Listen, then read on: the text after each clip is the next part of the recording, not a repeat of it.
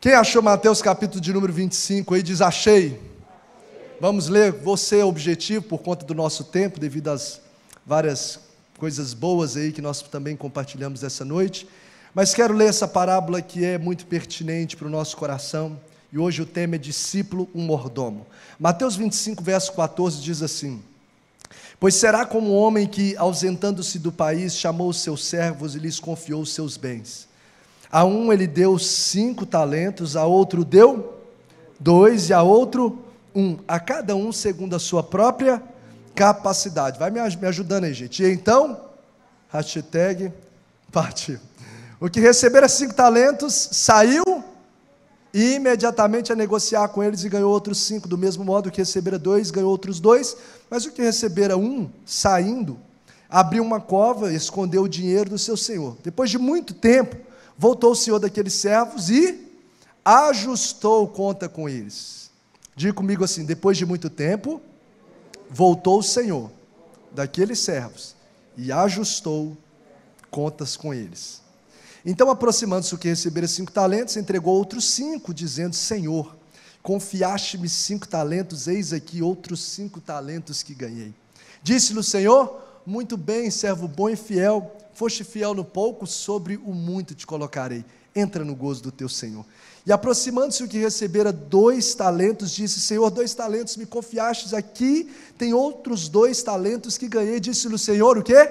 Muito bem, servo bom e fiel, foste fiel no pouco, sobre o muito te colocarei, entra no gozo do teu Senhor. Chegando por fim o que recebera 1 talento, disse: Senhor, sabendo que és homem severo, que ceifas onde não semeaste e ajuntas onde não espalhaste, receoso, esconde na terra o teu talento, aqui tens o que é teu. Respondeu-lhe, porém, o Senhor: servo mau e negligente, sabias que ceifo onde não semeei e ajunto onde não espalhei? Cumpria, portanto, que entregaste o meu dinheiro aos banqueiros, e eu, ao voltar, receberia com juros o que é meu. Tirai-lhe, pois, o talento e dai ao que tem 10, porque a todo o que se tem se lhe dará, e terá em abundância, mas o que não tem, até o que tem lhe será tirado. E o servo inútil, lançai-o para fora nas trevas, ali haverá choro e ranger de dentes. Pai, muito obrigado pela tua palavra, preciosa, poderosa, viva e eficaz, lida nessa noite. Pedimos ao Senhor que venha ministrar o nosso coração e nos direcionar aquilo que o Senhor tem para falar conosco. Assim oramos em nome de Jesus, amém e amém. Deixa eu fazer uma situação hipotética, que também pode ser profética, se você quiser. Imagine que, quem tem aqui aplicativo de banco no seu celular? Tem alguém que tem? Eu acho que todo mundo. Imagine que agora chega uma notificação para você, dizendo assim: você recebeu na sua conta R$1 milhão. Nossa, nem no louvor todo eu vi tanto glória a Deus agora. Você recebe uma notificação, chegou os efeitos sonoros são os melhores. Você recebeu R$1 milhão. O que você faria com esse R$1 milhão se chegasse na sua conta nesse exato momento? Hipotético, quem sabe profético, né? Se você está com alguém aí próximo de você, que é da sua casa, compartilhe com ele. Eu com R$1 milhão agora na minha conta, eu faria? Troca aí. Vou te dar aí 30 segundinhos para você compartilhar aí, se tem alguém mais próximo de você. Segura aí, de forma segura. O que você faria com R$1 milhão na sua conta agora? Além de dar glória a Deus, né? Como você utilizaria esse R$1 milhão? Bom, vamos lá? Bom, você acredita que no nosso meio aqui, pessoas presenciais e também pessoal que está na forma online, você acredita que cada um de nós administraria de uma forma diferente da outra, provavelmente, alguns semelhantes, mas cada um administraria de uma forma, sim ou não? Muito provavelmente, a forma como eu administraria seria diferente do Ítalo, seria diferente talvez da do Fallen. Cada um de nós, talvez, administraríamos de uma forma diferente do outro. Talvez dessa forma de administrar diferente, a gente teria pelo menos 3 tipos de pessoas. Você acredita que poderia ter uma pessoa que receberia R$1 milhão e tornaria esse 1 milhão 10 milhões de reais? Você acredita que teria gente assim? Recebeu 1 milhão, vamos pôr aqui, no período aí de um ano, transformar isso em 10 milhões. Tem gente que, se recebesse, transformaria em 10 milhões. Mas você acredita que existe um segundo grupo de pessoa que receberia esse R$1 milhão, mas talvez em 3 meses ele voltaria à estaca do mesmo jeito que ele está hoje? O cara esse é o terceiro. O segundo é justamente esse que voltaria à estaca. Porque o cara vai lá, compra um monte de passivo, e compra carro, e compra casa, e compra um monte de passivo lá, e pronto, o dinheiro acabou. Viaja, gasta, vou gastar tudo. Voltei de novo à estaca zero. Então tem gente que multiplicaria esse dinheiro. Tem gente, talvez até no nosso meio, tem esses grupos de pessoas. Por que não?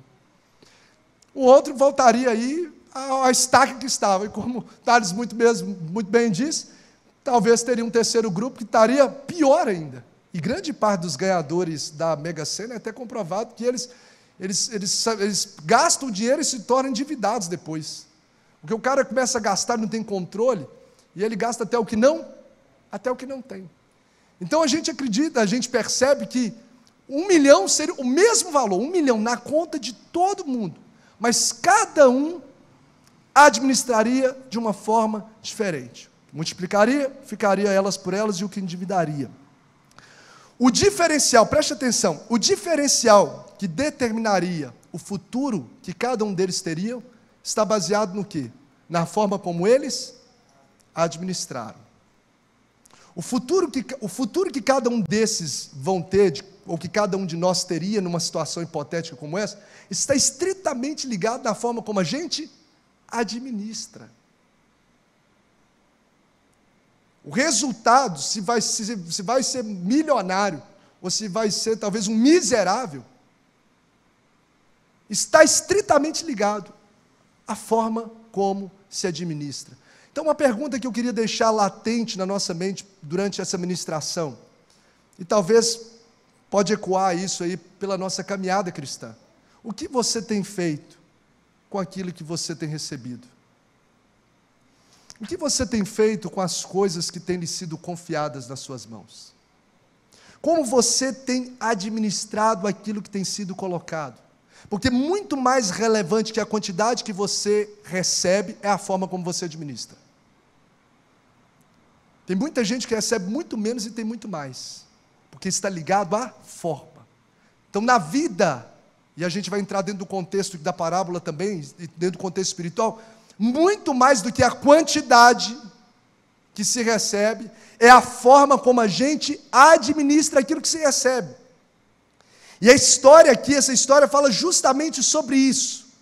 Servos que receberam do seu senhor uma quantidade, a gente vai ver, significativa de dinheiro, porque o talento, a palavra talento aqui é uma unidade monetária, como o real, como o dólar, e naquela época chamava talento, denário, etc.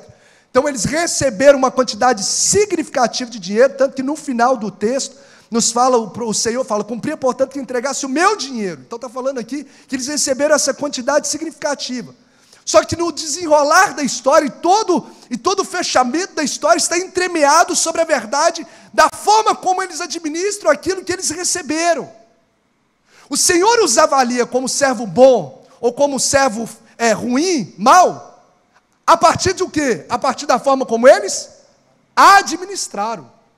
O Senhor olha e fala, esse é bom e esse é mau, pela forma como eles administraram.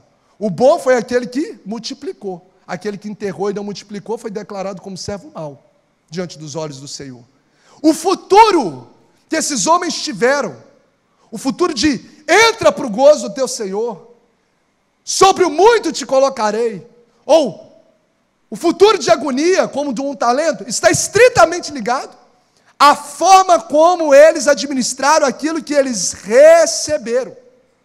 Então, muito daquilo que nós somos, preste atenção, gente, isso é aplicável em todos os aspectos da nossa vida. Muito daquilo que nós somos, falando do caráter e do futuro que nós teremos, está atrelado à forma como administramos as coisas que nos são confiadas.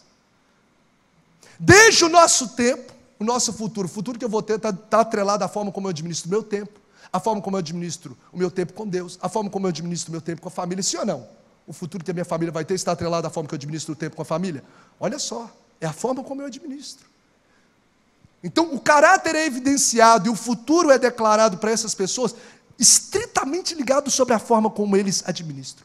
Por isso que o tema dessa noite, dentro de tantos que a gente tem falado sobre discípulo como servo, discípulo como atleta, como soldado, etc., o tema é discípulo como mordomo. A gente precisa entender com clareza o princípio da mordomia cristã. Quando a gente fala de mordomo, é difícil a gente talvez ter uma percepção, porque não é algo muito comum de se ouvir na nossa realidade atual. Quando a gente pensa em mordomo, às vezes a gente pensa naquele camarada com fraque assim, com uma bandeja num castelo, né? O camarada entregando, que é mordomo. A gente pensa nessa figura, muitos de nós, né? Essa figura do mordomo que a gente tem. Só que o que é mordomo à luz da palavra de Deus e o significado que vem da palavra oikonomos, do grego, que significa que é um administrador dos bens de uma casa.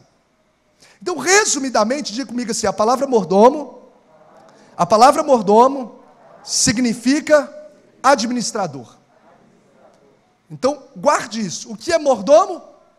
Administrador. Então, a mordomia cristã é um exercício dessa capacidade de administrar. E você vai ver que a Bíblia nos apresenta várias esferas do compromisso do cristão no exercício da mordomia. Por exemplo, a Bíblia nos requer a administração bem do nosso tempo. Nós, como cristãos, como discípulos, precisamos entender que somos mordomos. E como mordomos, entender que dentro das esferas da mordomia, a gente precisa administrar o nosso tempo. Efésios 5,15 diz assim, portanto, vede prudente como andais, não como nécios, mas como sábios, remindo o seu tempo, porque os dias são maus. Remindo o tempo, que significa aproveitando bem, administrando bem o seu tempo. Então, como você tem administrado o tempo que você tem recebido? Como você tem lidado? Porque a forma como você é visto diante de Deus e o futuro que você vai ter está diretamente atrelado à forma como você administra o seu tempo. Sim ou não, gente? Eu nunca vou me tornar um pianista como o Rodrigo, além do tom que já tem natural, mas se eu não dedicar tempo, ali de treino.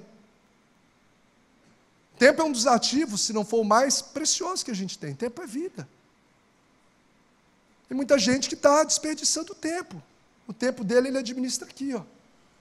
Tem até, na maioria acho que dos celulares, vem aquele negócio de mostrar quanto tempo você gastou no celular hoje. Lógico que tem muitas formas. O celular é um meio de trabalho. Um meio de resolver quase a vida hoje, né, de vários aspectos. Mas às vezes a gente está perdendo muito tempo vendo coisas que não edificam, vendo coisas que não vão acrescentar em nada. Como você tem administrado o seu tempo? A forma como Deus te vê, o futuro que você vai ter, está atrelado à forma como você lida com aquilo que Deus tem lhe confiado. O tempo é valioso. O tempo passa e não volta mais. 8h51 e 3 segundos já era, não existe mais. Se a gente não aproveitar ele passa. Por isso que a Bíblia diz que nós precisamos ser mordomos do nosso tempo. A Bíblia nos chama para ser mordomos dos nossos bens. Tanto que fala assim, honra ao Senhor com os teus bens. A forma como eu administro os meus recursos. Será que os recursos que eu tenho, eu administro só para mim? Ou eu tenho honrado o Senhor com os meus recursos? Como eu tenho administrado os recursos que eu tenho recebido? Porque tudo pertence a Ele. Conhecimento e inteligência, 1 Coríntios 1,5 diz assim, porque em tudo fostes enriquecidos dele, em toda palavra e em todo conhecimento. Nele, Cristo é quem concede a nós o conhecimento. A palavra e no conhecimento. Então, tudo que nós sabemos, será que eu estou colocando isso a serviço do reino? Como eu tenho administrado o conhecimento, a inteligência que eu tenho recebido? Então, a Bíblia nos convoca a gente a administrar as coisas que nos são confiadas, dos recursos ao tempo, ao conhecimento, à inteligência e até mesmo o uso do nosso corpo. Se você ler Romanos capítulo de número 12, verso 1, diz assim, rogo-vos, pois, irmãos, pela compaixão de Deus, que apresentei os vossos corpos como sacrifício vivo, santo e agradável a Deus, que é o vosso culto racional. A forma como eu lido com o meu corpo, porque o meu corpo, eu posso fazer uso dele para o pecado, para o prazer, para coisas que não glorificam a Deus, ou para aquilo que edifica. Como sacrifício vivo, santo e agradável, a forma como eu lido com o meu corpo evidencia o futuro que eu vou ter, o cuidado que eu tenho, como o corpo sendo o templo do Espírito Santo.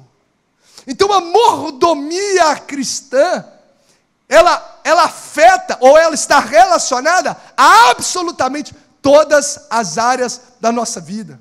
Pode chamar o Rodrigo, que a gente já caminha para o encerramento, que o horário já está avançado ali. Para que a gente possa ter uma noção, rápido, hein? Para que a gente possa ter uma noção, mais ainda, como eu posso dizer, uma noção mais pertinente, mais pedagógica, essa era a palavra, mais pedagógica, sobre o conceito da mordomia. Eu estava lendo a revista em que foi ministrado da escola dominical sobre esse assunto, onde o autor, ele pontua sobre 2 níveis de mordomia, e eu achei interessante isso.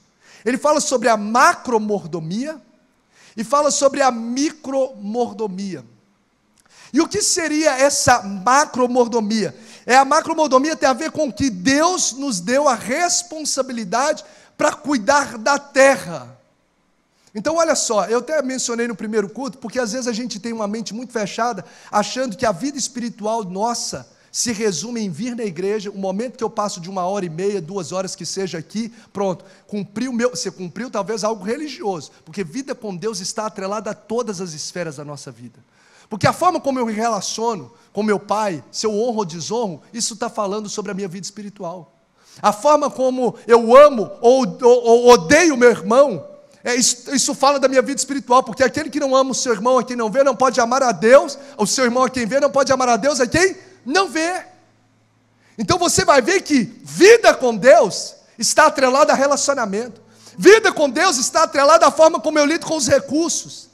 Vida com Deus está atrelada à forma como eu me comporto no trabalho. Se eu honro o patrão, se eu faço as coisas de forma desmazelada, ou se eu faço como para o Senhor, tudo isso está edificando ou ruindo o meu relacionamento com Deus. E não é diferente a macromordomia no cuidado da terra. Por que eu estou dizendo isso? Porque o fato de eu cuidar da terra, entender que eu sou mordomo, isso fala de responsabilidade social, isso pode estar evidenciando ou elevando a minha espiritualidade, a minha vida com Deus. Por exemplo, algo simples. Você vai lá, compra um chiclete sem açúcar, que sei lá, que talvez não faça mal. Você masca o chiclete, mas você não joga na rua, cuidando da terra, cuidando da natureza. Você não joga, você não está viajando, pega a sacolinha de chips fit e joga pela janela. Eu sei que aqui ninguém nunca fez isso, de ficar jogando lixo na rua, né? Às vezes o primo do seu avô, do seu tio fazia isso, mas você não. Mas você entende que a mordomia cristã, discípulo, ele precisa ser um mordomo já a partir das esferas comuns da terra, porque, gente, as pequenas coisas estão sendo vistas por Deus, estão sendo percebidas por Deus da forma como a gente lida com elas. Até 1 Coríntios 10:31 é tão criterioso nos detalhes que a Bíblia diz que quer comais, quer bebais, façais qualquer outra coisa, você deve fazer para a glória de Deus. Então a forma, por exemplo, não maltrata os animais, tudo isso evidencia a minha mordomia cristã. Então macromordomia, e tem para a gente correr aqui para encerrar, a micromordomia, que aí o autor ele traz como os seus dons, ou seja, algo seu, que Deus plantou em você, seus talentos, suas habilidades, o seu tempo, que Deus lhe deu para manifestar os sinais do reino. E o que você tem feito com o que você tem recebido de Deus? Entenda que o plano principal de Deus em te dar a capacidade, o conhecimento, o acesso às coisas que você tem, o plano principal dele é você manifestar o reino. E às vezes a gente está usando isso só para nós mesmos. E aí você não está sendo um bom mordomo de Cristo, porque você só está pensando em você. Só que Deus colocou por um propósito muito maior, que é para evidenciar a glória dele e abençoar vidas. Por isso a pergunta vem sempre ecoando na nossa mente: o que eu tenho feito com aquilo que eu tenho recebido de Deus? Com o meu tempo, família, um dom, o conhecimento. O que eu tenho feito com aquilo que eu tenho recebido de Deus? Eu quero destacar rápido os princípios da mordomia. Primeiro, um conhecido que deve estar muito claro na nossa mente: Deus é dono de tudo. Um mordomo, para que o cara possa ser um bom administrador, entender ter essa maestria, se eu posso assim dizer, de administrar com excelência o que Deus colocou dentro, de dentro para fora, né? Colocou dentro dele, fora dele. Ele precisa ter isso como um pilar, que Deus é dono de tudo. O talento, você vai ver que o Senhor deu 5, a um ele deu 5, a outro ele deu 2, a outra ele deu 1. Os talentos pertenciam a quem? Ao servo. Não tinha nenhum lá que o talento era do servo. O Senhor foi quem concedeu o talento e depois voltou para prestar conta, para nos mostrar que tudo pertence a Deus. E se você ler Salmo 24, verso 1, diz: do Senhor é a terra e toda a sua plenitude, melhor dizendo, o mundo e o que neles e aqueles que nele habitam. A terra e a plenitude, ou seja, tudo que está na terra pertence a quê? A Deus. Tudo que nós vemos, tudo que nós tocamos pertence a Deus, para declarar ao nosso coração que nós não somos nada, não somos donos de coisa alguma. Nós viemos para essa terra sem nada e partiremos dessa terra e não levaremos nada. E aí você às vezes vai deixar tudo aqui sem manifestar a glória de Deus com aquilo que Deus te deu. As propriedades, tudo que existe já era propriedade de Deus antes de eu nascer. E depois que eu partir vai ser confiado a outro, porque não pertence a mim, eu não vou levar. Pertence a Deus. Para que a gente exerça mordomia com maestria, a gente precisa entender o princípio que eu não tenho absolutamente nada, que tudo pertence a Deus. 1 Timóteo 6,7 evidencia essa verdade dizendo: porque nada temos trazido para o mundo, nem coisa alguma podemos levar dele. Está escrito 1 Timóteo 6,7. Entender que Deus é dono de tudo deve ativar em nós um senso de responsabilidade, gente. Quando eu entendo que Deus é dono de tudo, isso deve ativar em mim um senso de responsabilidade. Por exemplo, se eu particularmente pego um livro emprestado, eu tenho um cuidado, eu fico assim, né? A gente tem um cuidado diferente com o que é nosso, sim ou não? Não é verdade? Você pega, não vou riscar, não vou dobrar a página, porque esse pelo menos é um bom senso, né? A pessoa, ela tem um cuidado diferente. Se você pega um carro emprestado, né, você vai ter, né, um cuidado maior, que você entra no seu carro, se dirige mais tranquilo. Mas quando você está com um carro de alguém, você tem mais cuidado, zelo. Você tem responsabilidade ainda maior. Então você precisa entender que tudo que você tem pertence a quem? A Deus. E por isso eu devo tratar com responsabilidade. Sabedor o que é declarado no texto, que no dia que a gente menos imaginar, nós estaremos prestando contas a Ele. E aí o Senhor fala assim: você recebeu esse tanto de recurso aí, o que você fez?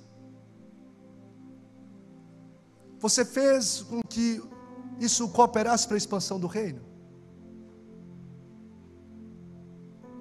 Você recebeu esse conhecimento dessa área, o seu talento você está usando só para você? Você tem expressado a expansão do reino através do talento que você sabe, ou que você recebeu de Deus, porque tudo vem dele.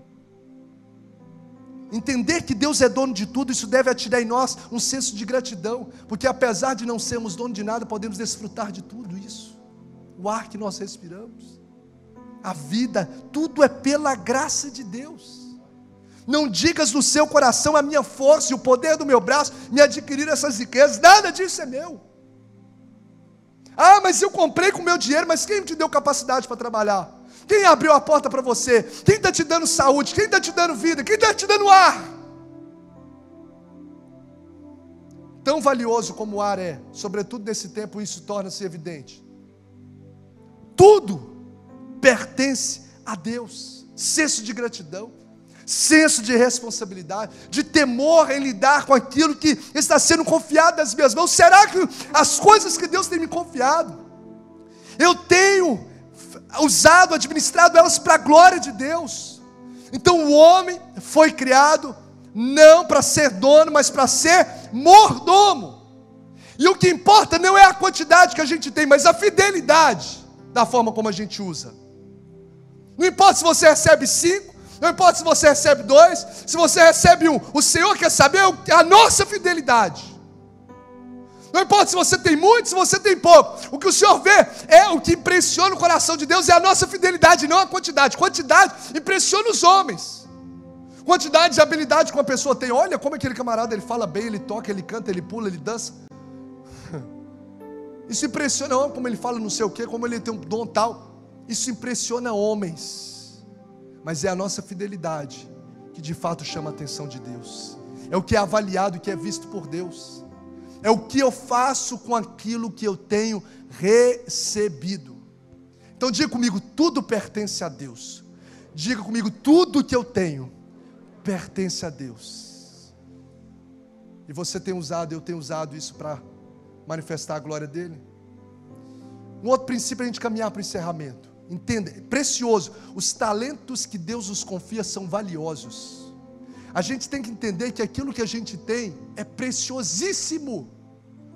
Quanto mais valioso é algo que me é confiado, mais ninguém sai. Eu recebi aqui R$1 milhão, vou sair na rua de boa?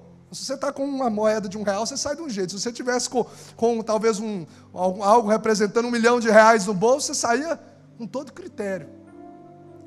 Então a gente precisa entender que tudo que Deus nos confia, os 12 talentos são valiosos. Por isso que a parábola utiliza a nomenclatura de talento. Talento era uma unidade valiosíssima, uma unidade monetária valiosíssima naquela época. Segundo alguns historiadores, um talento valia mais ou menos 20 anos de trabalho. Imagina você trabalhando 20 anos, tem alguém que tem 20 anos de carteira assinada, 20 anos de trabalho? Imagina sem você poder gastar R$1. Você pega esses 20 anos de trabalho e te confiou o Senhor. Algumas pessoas trouxeram isso, alguns estudiosos, para a unidade monetária, falando que um talento de ouro chegava a cerca de 228 milhões de dólares, o que dava quase R$1 milhão, né? Hoje dá mais de R$1 milhão. Então, por que o próprio Deus usa essa nomenclatura do talento? Ou seja, 2 talentos seria 40 anos de trabalho, 5 talentos, 90 anos de trabalho. Por que ele usa essa nomenclatura? Para falar para nós que o que ele tem colocado nas nossas mãos para fazer é algo de grande valor no reino de Deus. O que Deus tem colocado nas suas mãos para você fazer é algo de grande valor no reino de Deus. Eu até citei, a gente estava conversando, né, Thales? Acho que ontem no batismo, falando sobre a questão da filmagem. Está lá o Sandro lá filmando, nós temos a equipe de mídia aqui em cima, que ninguém está vendo quem está, mas tem uma equipe aqui em cima. Talvez ninguém vê. Estão lá operando um computador, coisa que muita gente sabe fazer. Está lá doando o seu tempo, chegando aqui 5 horas da tarde, para poder ajustar as coisas, para poder estar filmando. Ninguém está vendo, ninguém talvez nem sabe quem está atrás da câmera, não sei agora que eu estou falando, quem está na mesa de som. A gente só lembra do sonoplasta, perdão. A gente só lembra do sonoplasta quando dá uma microfonia e todo mundo faz... Mas se não fosse esses irmãos a dispor do tempo, do talento, para poder servir, talvez quantas milhares de pessoas não teriam sido alcançadas pela palavra de Deus. Olha que gente lá dos Estados Unidos receberam. Se eu estiver pregando aqui e não tiver alguém ali filmando, essa pessoa não estaria recebendo lá. Se não tivesse uma equipe aqui coordenando, essa pessoa não estava recebendo. Ninguém pode ver, mas é de grande valor no reino de Deus. Essa pessoa que se converte é transformada lá, todos nós, desde a pessoa da recepção que está lá, que você acha que talvez a pessoa pode achar que é simples ficar ali, mas imagina se você entrar aqui, alguém chegar para você e falar assim, opa, boa noite. Que boa noite, entra logo aí. Você ia chegar aqui, você nem ia entrar provavelmente. E se entrasse, ficaria, o que esse cara falando com isso comigo? Ficaria com o coração fechado e a palavra não encontraria um terreno, uma terra dura, uma terra não apropriada, não fértil. Então quem está lá, o efeito da palavra, porque as pessoas estão servindo no reino de Deus. Tem tantas pessoas que se reúnem por causa da pandemia, diariamente, os nossos ministérios de intercessão, ninguém sabe. Todos os dias se reúnem as senhoras online, para poder orar pelos cultos, para orar pela minha vida, para orar pela sua vida, para orar por essa noite. E os efeitos da palavra vão acontecendo, porque os joelhos estão dobrados e ninguém sabe quem é. Tem um grande valor no reino de Deus. Não importa, gente. Às vezes tem irmãs que são analfabetas. E o impacto no reino de Deus, da disposição de clamar a Deus, é grande valor no reino de Deus. Deus te deu dons e talentos, Deus te deu habilidades, e a pergunta é o que eu tenho feito com o dom, talento, o tempo que pertence a Deus e foi confiado a mim. O que eu tenho feito? Enterrado? Eu não me sinto capaz. Aí Jesus já nessa parábola já quebra esse paradigma. A um deu 5, a outro deu 2, a outro deu 1, cada um segundo a sua própria capacidade. Ele não vai te exigir nada daquilo que ele já não tenha lhe dado capacidade para executar. A cada um segundo a sua própria capacidade, porque essa às vezes é uma das maiores desculpas que a gente, ou uma das formas da gente se posicionar resistente a atender aquilo que Deus nos chamou para fazer. Dizendo, eu não sou capaz, eu não me sinto capaz, como aconteceu com Moisés, como aconteceu comigo, como aconteceu com tantas pessoas. Mas é o Senhor que nos capacita. O Senhor já nos deu a capacidade necessária. Tem uma frase de William Barclay que eu achei fenomenal, e diz assim, Deus jamais exige do homem habilidades que este não possui. Jamais vai exigir de você, no grande dia, habilidades que você não possui, mas exige que o homem empregue a fundo as habilidades que ele tem. Ele não vai exigir de você algo que você não possui. Ele não vai pedir para eu cantar. Você quer que eu cante aqui?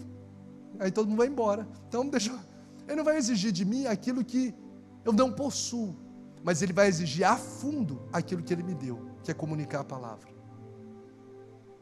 Ele não vai, talvez você diz, eu não sei cantar. Ok, ele não vai exigir que você cante se você não sabe, mas se você sabe ensinar, se você sabe cuidar de crianças, ele vai exigir a fundo isso.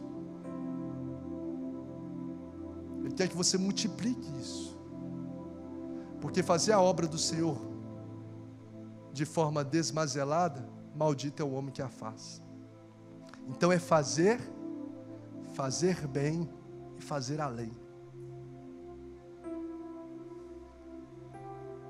A vida passa muito rápido, gente. A gente não vai levar nada daqui.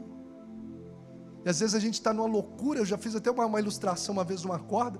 A gente está numa loucura para lutar. Imagina que essa cordinha, só a pontinha aqui, é a vida na terra. A vida na terra, a pontinha aqui. Imagina essa corda indo até lá fora e a gente está aqui, morrendo para poder fazer tudo por nós aqui, esquecendo do que a gente faz aqui tem impactos na eternidade. Tudo que a gente faz aqui tem impactos na eternidade. E um dia, esse Senhor vai voltar. E interessante que o texto não fala que ele agendou o dia presta o relatório no dia tal, porque ali está falando da volta de Jesus, está dentro do contexto de Mateus 24, Mateus 25. No dia que a gente menos espera, ele vai voltar para prestar contas. E o que você vai apresentar a ele? O que vai ter nas suas mãos? Quantas vidas você evangelizou, você compartilhou do amor de Deus, através do dom e talento que ele lhe confiou, através das habilidades e inteligências que ele lhe concedeu? O que você vai apresentar a ele? Se hoje fosse esse dia da prestação de contas, diante de tudo que Deus tem lhe dado, porque absolutamente tudo que você tem pertence a Deus, o que você diria para ele? Senhor, pensei que o Senhor não sei o quê, pensei naquilo. Hoje ele já está nos dando a informação, a instrução, de que ele colocou nesse talento para suas mãos, para você fazer e multiplicar, para abençoar a vida de outros. E a gente volta, que o futuro que a gente vai ter está completamente atrelado à forma como a gente administra aquilo que a gente recebe. Amém ou não amém? Eu quero convidar você, nesse momento, a se colocar de pé. Pense comigo aqui. Talvez tem pessoas que estão dizendo assim, mas eu não tenho nada para fazer, não tenho nada para servir. O texto nos declara que ninguém fica sem talento no reino de Deus. A um Deus deu 5, a outro 2, a outro ele deu 1. Não tem nenhum que fala, o Senhor não deu nada. Deus lhe confiou dons, talentos, habilidades para você servir. para você servir no reino. Eu lembro de um irmão que mexe que trabalha no fórum, e ele está lá, ele falou que nos corredores lá, ele não sei como que ele fez, se ele recebeu autorização, ele foi lá e está fazendo uma vez por semana ali um momento de encontro, de oração, separa 5 minutos orando, evidenciando o reino. Nós temos a irmã que também trabalha na área de advocacia, serve aqui orientando algumas pessoas que não tem condições de pagar, e está servindo do reino. A Thay lá na faculdade, né, Thay? Fez o clube bíblico. Então lá na faculdade, você não está lá na faculdade só para estudar, não, você está lá para evidenciar o reino de Deus. Marcilene, que é hoje líder aqui do Ministério Infantil, é fruto do trabalho que ela está por 4, 5 anos, né? 4 anos? 4 anos estudando na Univale, fazia lá uma vez por semana, 3 vezes por semana, no horário do intervalo, desde sair para comer coxinha, tomar refrigerante e acabar com o corpo, ia lá e reunia para poder tocar, cantar e ter ali 10, 15 minutos. E os meninos da faculdade passavam, vou lá, e tem muito crente que às vezes nem ia, porque não entende o princípio. Está lá, ó, e finge que nem é crente, é o 007. Na faculdade, no trabalho onde você está. Tem uns irmãos que trabalham, que mexem com, trabalham em outra questão, mas mexem com bolsa de valores. E ele compartilhou comigo, falou: pastor, eu faço, não sei se é day trade, swing trade, não sei qual que é a forma que ele trabalha, mas ele faz um negócio lá que os lucros que ele dá, um certo lucro, ele dedica para a obra missionária. Olha para você ver. Ele já tem o trabalho dele, faz isso tipo paralelo, para abençoar a obra missionária. Eu não posso ir, mas eu posso dar uma oferta para um missionário que lá está. Ou você vai? E às vezes a gente nem orar, ora. O que a gente tem feito com o que Deus tem nos confiado? Gente, o Senhor vai nos prestar conta. Se o Senhor voltar hoje, Ele vai olhar para a gente e vai falar: o quê? O que você acha que Deus vai falar sobre mim e sobre você? O que você acha que Deus vai falar sobre você? Vai falar servo bom e fiel? Ou você acha que Deus vai falar para você servo mau e negligente? O que você acha que você ouviria de Deus a partir dessa noite, se essa fosse a noite da prestação de conta diante do talento, do dom que Ele lhe confiou, das capacitações, da inteligência, da habilidade e de tantas coisas? Não estou falando só de você servir na igreja, é servir no reino, é o dia a dia, é evidenciar a glória de Deus e se preocupar: Senhor, como eu posso colocar aqui esse meu dom para fora? Não importa qual é, se é bonito para os homens, se é grande para os homens, é grande no reino dos céus. Você está vivo, meu irmão. O que importa não é a quantidade de dias que a gente desfruta dessa terra, mas é como a gente faz desses dias, lida com esses dias, desfruta desses dias. E eu quero dizer que o Senhor vai ativar muitos chamados e ministérios aqui nessa noite. Você não está conectado, você não está aqui nessa noite por acaso, porque você está com o costume de vir aqui, não. O Senhor está colocando no meu coração aqui alianças. O Senhor está renovando alianças e renovando chamados, renovando ministérios, renovando. O Senhor está dando ideias para pessoas aqui nessa noite. O Senhor está dando ideias, falando: ó filho, olha, sabe isso que você faz? Eu coloquei em você, para que a minha glória seja evidenciada. Vidas vão ser impactadas. Vidas vão ser impactadas. Pastor Tiago, pode pegar o microfone, o Ministério de Louvor pode cantar, porque nós vamos orar ao Senhor. Nós queremos orar ao Senhor, porque o Senhor está despertando pessoas que estão enterrando o talento. Olha que maravilha, ainda há tempo. Ainda há tempo. E tem uma linguagem, pode cantar, louvor, uma linguagem bíblica nesse texto que me chama muita atenção e que eu quero dizer como instrução para você: não desperdice o tempo que você tem ganhado por Deus. Porque o que recebeu 5 e 2 talentos, o texto diz que saiu imediatamente. Não desperdice o tempo. É para ontem, como diz a expressão. O Senhor quer te usar hoje. Ouça isso, vai ser como um grito no seu coração: Deus tem pressa em te usar.